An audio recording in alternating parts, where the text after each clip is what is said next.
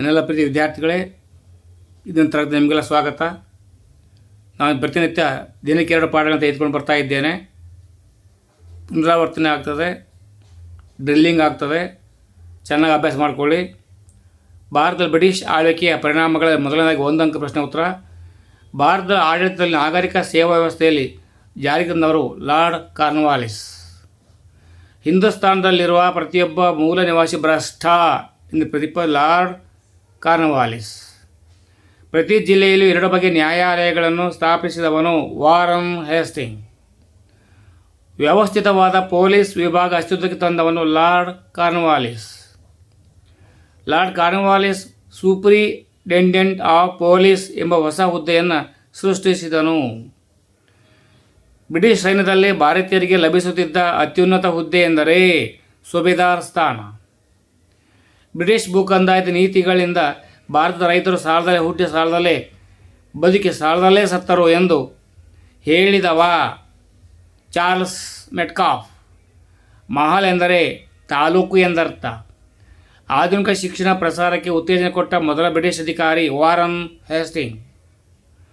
1835ರಲ್ಲಿ English ಶಿಕ್ಷಣ ಜಾರಿಗೊಳಿಸಲು ಕಾರಣವಾದ ವರದಿ ಮೆಕಾಲೆ ವರದಿ.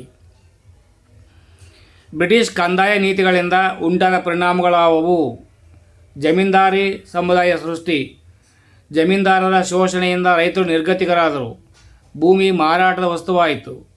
ಜಮೀನ್ದಾರರು ಕಂದಾಯ ಸಲ್ಲಿಸಲು ಭೂಮಿಯನ್ನೇ ಪರಭಾರೆ ಮಾಡಿದರು.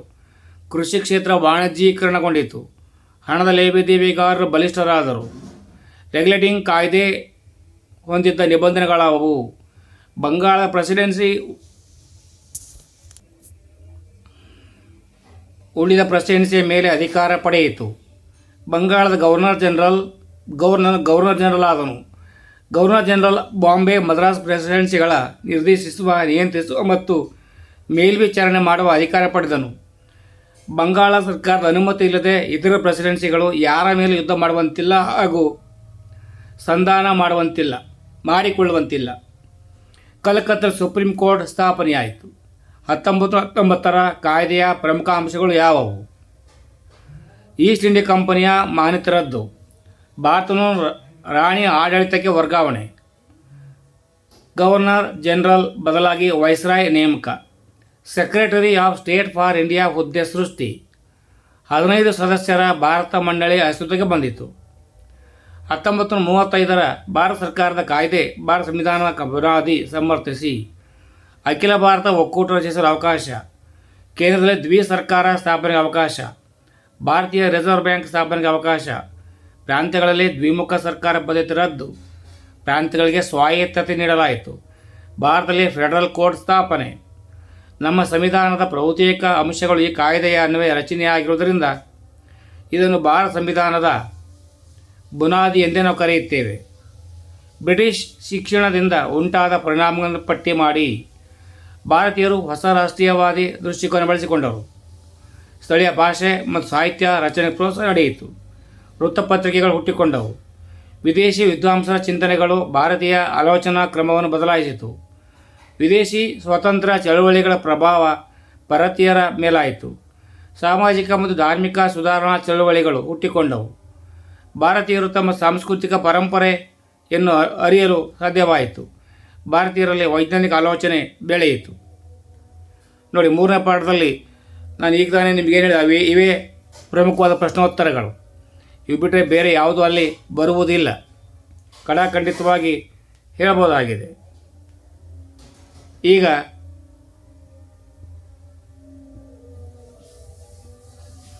ಕರ್ನಾಟಕದಲ್ಲಿ ಬ್ರಿಟಿಷ್ ಆಳ್ವಿಕೆಗೆ ಪ್ರತಿರೋಧಗಳು ಮತ್ತು ಮೈಸೂರಿನ ಒಡೆಯರು, ಈ ಪಾಠದಲ್ಲಿ ಬರುವಂಥ ಒಂದೊಂದು ಪ್ರಶ್ನೋತ್ತರ ನೋಡ್ಕೊಂಡು ಬರುವ.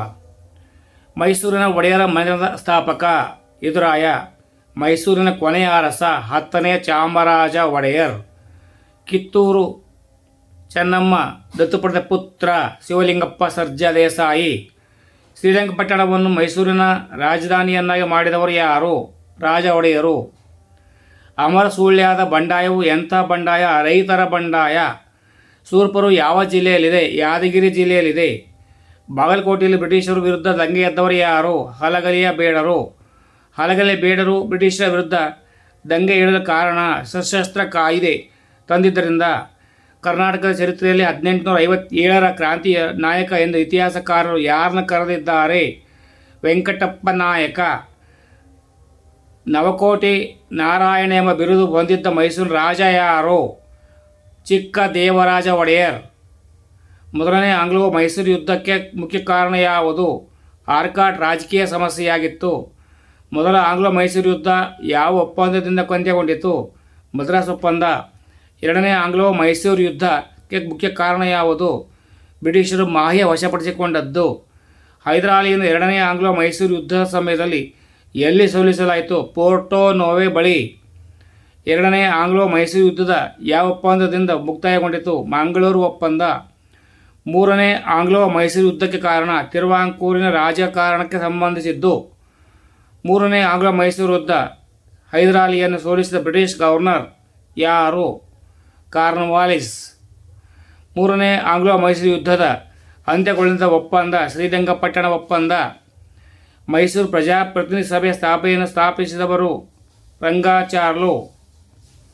ಆಡಳಿತದ ಸಮಯದ ಸೇವೆಯಲ್ಲಿ ಪ್ರತಿಭಾವಂತರನ್ನು ಆಯ್ಕೆ ಮಾಡಲು ಮೈಸೂರು ಸಿವಿಲ್ ಸರ್ವಿಸ್ ಪರೀಕ್ಷೆ ಯಾವಾಗ ಜಾರಿ ತರಲಾಯಿತು?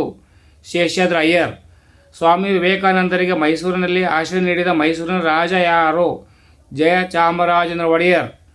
ಅಭಿನವ ಕಾಳಿದಾಸ ಎಂಬ ಯಾರನ್ನು ಕರೆಯುತ್ತಾರೆ? ಬಸವಪ್ಪ ಶಾಸ್ತ್ರಿ. ಏಷ್ಯಾದಲ್ಲಿ ಮೊದಲು ವಿದ್ಯುತ್ ಪಡೆದ ನಗರ ಬೆಂಗಳೂರು. ಬ್ರಿಟಿಷರ ವಿರುದ್ಧ ಹೋರಾಡಿದ ದೋಂಡಿಯವಾಗಿನ ಹೋರಾಟ ಎಂಥ ಹೋರಾಟವಾಗಿದೆ? ಸಶಸ್ತ್ರ ಬಂಡಾಯ. ದತ್ತು ಮಕ್ಕಳ ಹಕ್ಕಿಲ್ಲ ಎಂಬ ನೀತಿ ವಿರುದ್ಧ ಹೋರಾಡಿದ ಕರ್ನಾಟಕದ ವೀರ ಮಹಿಳೆ ಯಾರು? ಕಿತ್ತೂರಾಣಿ ಚೆನ್ನಮ್ಮ. ಧಾರವಾಡದ ಕಲೆಕ್ಟರ್ ಥ್ಯಾಕರೆ ಸಾಹೇಬ. ಚೆನ್ನಮ್ಮಳನ್ನು ಬೈಲಹೊಂಗಲದಿಂದ ಕುಸುಗಲಿನ ಸೆರೆಮನೆಗೆ ಸ್ಥಳಾಂತರಿಸಿದ ಕಾರಣವೇನು? ರಾಯಣ್ಣ ಚೆನ್ನಮ್ಮಳ ಕುಮ್ಮಕ್ಕಿನಿಂದ ಸೈನಿಕ ಕಾರ್ಯಾಚರಣೆಯನ್ನು ನಡೆಸುತ್ತಿದ್ದಾನೆ ಎಂಬ ಕಾರಣಕ್ಕಾಗಿ. ಸಂಗೊಳ್ಳಿ ರಾಯಣ್ಣನನ್ನು ಗಲ್ಲಿಗೇರಿಸಿದ ಸ್ಥಳ ನಂದಗಡ. ಸುರಪುರಕ್ಕೆ ಬ್ರಿಟಿಷರು ನೇಮಿಸಿದ ಪೊಲಿಟಿಕಲ್ ಏಜೆಂಟ್ ಮೆಡೋಸ್ ಟೇಲರ್. ಕೊಪ್ಪಳದಲ್ಲಿ ಬ್ರಿಟಿಷರ ವಿರುದ್ಧ ಹೋರಾಡಿದವರು ಯಾರು? ವೀರಪ್ಪ. ಆದ ವಿದ್ಯಾರ್ಥಿಗಳೇ, ಚೆನ್ನಾಗಿ ಮಂದಟ್ಟು ಮಾಡಿಕೊಳ್ಳಿ. ಪರೀಕ್ಷೆ ಯಶಸ್ಸಿನಿಂದ ಗೆದ್ದು ಹೊರ ಬನ್ನಿ. ಪರೀಕ್ಷೆ ಭಯದಿಂದ ಹೊರಗಡೆ ಬನ್ನಿ. ಭಯಮುಕ್ತರಾಗಿ, ನಿರ್ಭೀತರಾಗಿ, ಪರೀಕ್ಷೆಯಲ್ಲಿ ಯಶೋವಂತರಾಗಿ. ಸರ್ವೇ ಜನೋ ಸುಖಿನೋ ಭವಂತು. ಜೈ ಹಿಂದ್, ಜೈ ಕರ್ನಾಟಕ, ಜೈ ಭಾರತ್. ಯಾರೆಲ್ಲ ಸಬ್ಸ್ಕ್ರೈಬ್ ಮಾಡ್ಕೊಳ್ಳಿ. ನನ್ನ ಧ್ವನಿಗೆ ನಿಮ್ಮ ಬೆಂಬಲ ಸದಾ ಇರುತ್ತೆ ಎಂದು ನಾನು ನಂಬಿರುತ್ತೇನೆ. ಎಲ್ಲರಿಗೂ ಶುಭವಾಗಲಿ.